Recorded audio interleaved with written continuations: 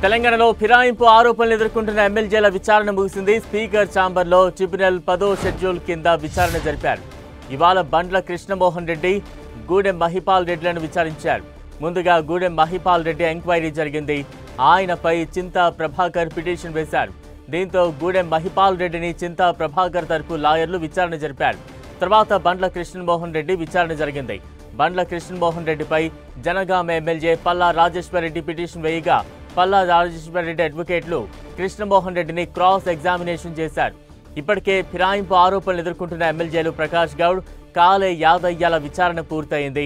నిజానికి అదే రోజు నలుగురు ఎమ్మెల్యేలను విచారిస్తామని స్పీకర్ ప్రకటించినప్పటికీ సమయం సరిపోలేదనే కారణంతో విచారణను ఇవాళకి వాయిదా వేశారు.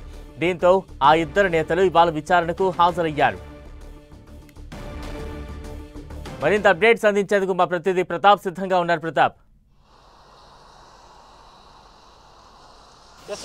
ఫిరాయింపు ఆరోపణలు ఎదుర్కొంటున్న ఎమ్మెల్యేల క్రాస్ ఎగ్జామినేషన్ ఈరోజు మరో ఇద్దరు ఎమ్మెల్యేలు అయితే ముగిసిందని చెప్పుకోవచ్చు. ఈరోజు గూడెం మహిపాల్ రెడ్డి, పటాన్చెరు ఎమ్మెల్యే గూడెం మహిపాల్ రెడ్డి, గద్వాల ఎమ్మెల్యే బండ్ల కృష్ణమోహన్ రెడ్డి, ఇద్దరు ఎమ్మెల్యేల క్రాస్ ఎగ్జామినేషన్ కూడా కాసేపు క్రితమే ముగిసింది. అయితే దీనికి సంబంధించి మొదటి విడతలో భాగంగా మొత్తం నలుగురు ఎమ్మెల్యేలకు అయితే నోటీసులు ఇవ్వడం జరిగింది. ఆ నలుగురు ఎమ్మెల్యేలు చూసినట్టయితే కనుక ప్రకాష్ గౌడ్, కాలే యాదయ్య, వీరిద్దరు కూడా రాజేంద్రనగర్ ఎమ్మెల్యే ప్రకాష్ గౌడ్, అదేవిధంగా చేవెళ్ళ ఎమ్మెల్యే కాలే యాదయ్య, వీరిద్దరితో పాటు గూడెం మహిపాల్ రెడ్డి, పటాన్చెరు ఎమ్మెల్యే, గద్వాల ఎమ్మెల్యే బండ్ల కృష్ణమోహన్ రెడ్డి, మొత్తం ఈ నలుగురు ఎమ్మెల్యేలకు సంబంధించి కూడా మొదటి విడతలో భాగంగా వాళ్ళకి నోటీసులు ఇవ్వడం జరిగింది.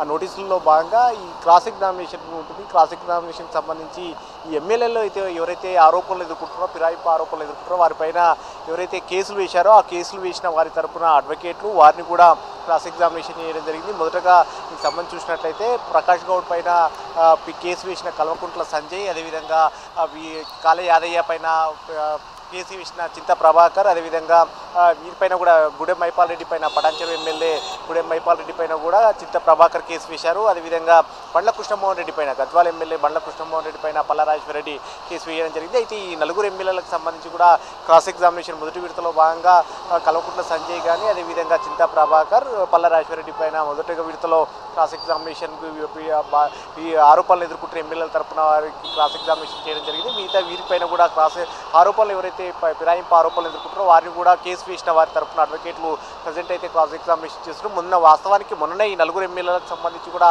క్రాస్ ఎగ్జామినేషన్ పూర్తి కావాల్సినప్పటికీ అక్కడ ఆ రోజు సమయాభావం కాస్త లేట్గా స్టార్ట్ కావడం కానీ, అదేవిధంగా కొన్ని అనివార్య కారణాల వల్ల దాన్ని అర్ధాంతరంగా ఇద్దరు ఎమ్మెల్యేలకు మాత్రమే కంప్లీట్ చేసి మిగతా ఇద్దరు ఎమ్మెల్యేలకు సంబంధించి ఈరోజు వాటిని వాయిదా వేయడం జరిగింది. ఈరోజు ఉదయం 10 గంటల నుంచే దీన్ని స్టార్ట్ చేయడం జరిగింది. ఉదయం 10 గంటలకే రావడం జరిగింది. గూడెం మహిపాల్ రెడ్డికి సంబంధించి కూడా 12 గంటల వరకు ఆయన విచారణ కంప్లీట్ కావడం జరిగింది. గూడెం మహిపాల్ రెడ్డి క్రాస్ ఎగ్జామినేషన్ ముగిసిన తర్వాత బండ్ల కృష్ణమోహన్ రెడ్డి క్రాస్ ఎగ్జామినేషన్ కూడా పల్లా రాజేశ్వర రెడ్డి తరఫున అడ్వకేట్లు క్రాస్ ఎగ్జామినేషన్ చేసింది. ఆయనది కూడా కాసేపటి క్రితమే చూసిన పరిస్థితి. సో మొత్తం మీద మూడో విడతలో భాగంగా నలుగురు ఎమ్మెల్యేలకు క్రాస్ ఎగ్జామినేషన్ 8 మంది ఎమ్మెల్యేలకు స్పీకర్ అయితే ఇప్పటికే నోటీసులు ఇవ్వడం జరిగింది. ఆ నోటీసు ఇచ్చిన వారంతా కూడా అఫిడవిట్ల రూపంలో వారి ఆన్సర్లు అంతా కూడా ఇచ్చిన పరిస్థితి జరిగింది. అయితే ఈ సంబంధించి మొదటి విడతలో భాగంగా మొత్తం అంటే 8 మంది ఎమ్మెల్యేలు అఫిడవిట్ ఇచ్చినప్పటికీ ఇందులో నలుగురు ఎమ్మెల్యేలు మాత్రమే ఆన్సర్స్ మొదటి విడతలో ట్రాఫిక్ ఎగ్జామినేషన్ పూర్తి చేయడం జరిగింది. మిగతా నలుగురు ఎమ్మెల్యేలకు సంబంధించి అఫిడవిట్లు సమర్పించిన వారిలో మిగతా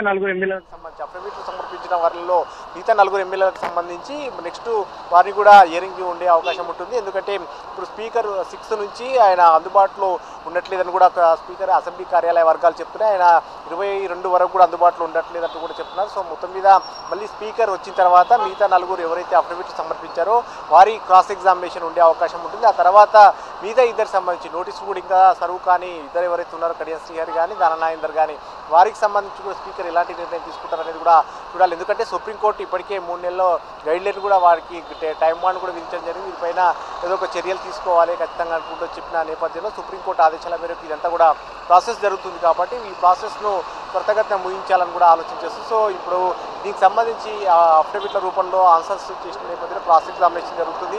ఈ క్రాస్ ఎగ్జామినేషన్ కంప్లీట్ అయిన తర్వాత స్పీకర్ ఏదో ఒక నిర్ణయం తీసుకునే అవకాశం ఉంటుంది. Balaram. Right, thank you Pratap.